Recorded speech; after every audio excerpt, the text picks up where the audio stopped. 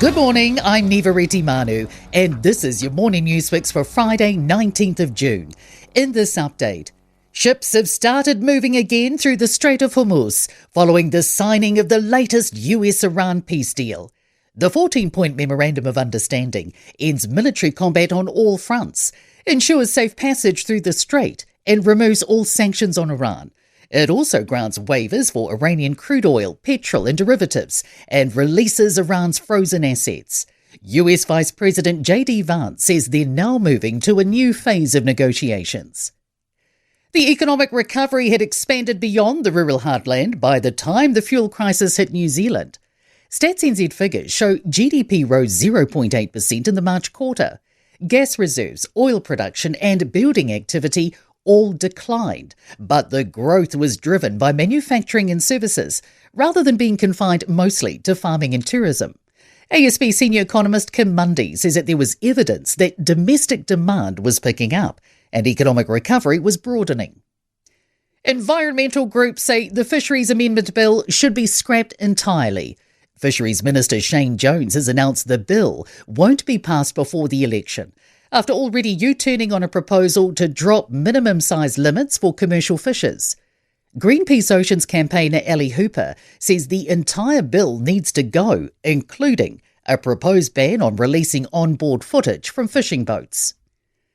A public health expert is rejecting National and ACT's claims that Labour's plan to re-abolish $5 prescription fees amounts to wasteful spending.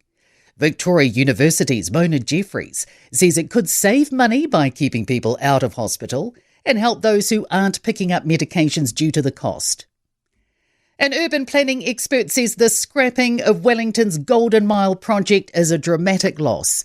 Councillors have voted to scrap the CBD revitalisation plan and choose a more modest plan after a review found further budget blowouts are likely.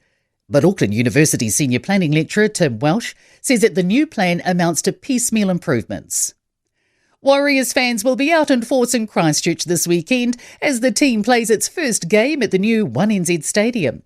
They'll take on the North Queensland Cowboys on Sunday afternoon, and more than 1,000 fans will march from Fat Eddie's Bar down Cashel Street with flags, drums and chants. Warrior Nation founder Richie Morgan says it will be a chance to celebrate after all the challenges the city has overcome. A celebration of the late Kiwi entertainer Dame Jules Top in Auckland today. Tammy Nielsen, Anika Moore, Neil Finn and Helen Clark will join hundreds of others to celebrate her life at Viaduct Event Centre from 2 p.m. In sport, a gritty, counter-attacking maiden test century from Glenn Phillips has given New Zealand a strong footing in their second cricket test against England at the Oval.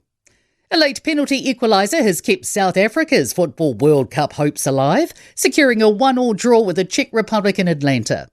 Taranaki have put an end to Southland's 10-game winning streak in basketball's NBL.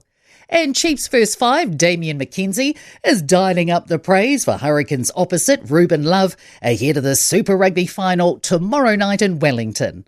I'm Neva Manu, and that's your latest news fix. We'll be back with the next update at midday from the Newstalk ZB newsroom.